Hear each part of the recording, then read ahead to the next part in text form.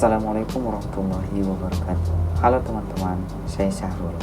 Teman-teman tahu tidak apa itu bimbingan kelompok?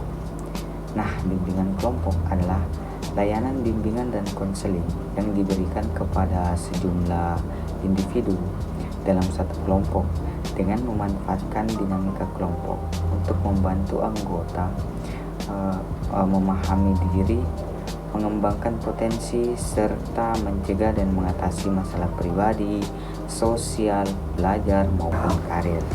Nah, teman-teman, setelah kita mengetahui apa itu bimbingan kelompok, maka kita harus tahu tujuan dari bimbingan kelompok.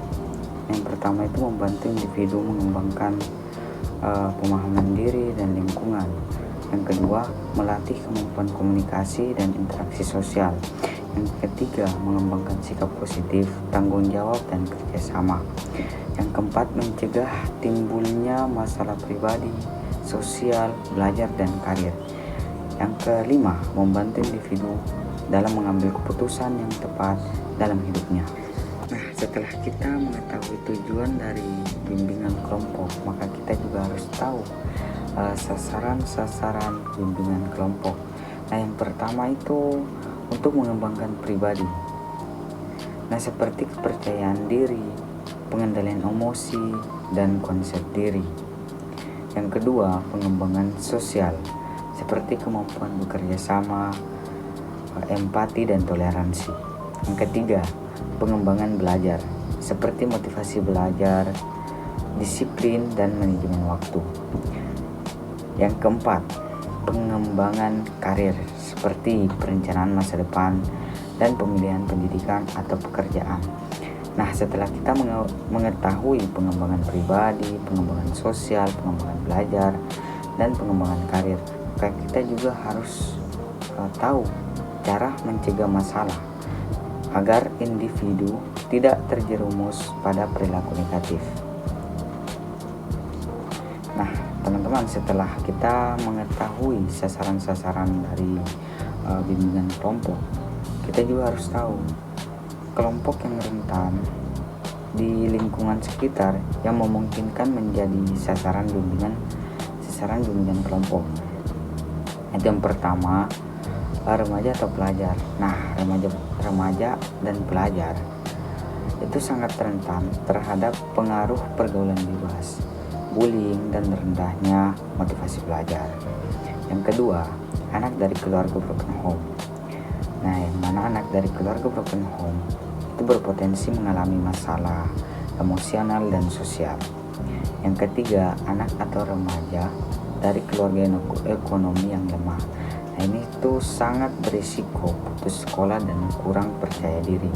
Yang keempat, remaja dengan perilaku menyimpang, itu seperti kecanduan HP dalam menggunakan media sosial, rokok, atau pergaulan menyimpang lainnya. Yang kelima, individu yang mengalami kesulitan dalam beradaptasi dengan sosial. Nah, anak seperti ini tuh pemalu atau kurang mampu dalam berkomunikasi di lingkungan masyarakat.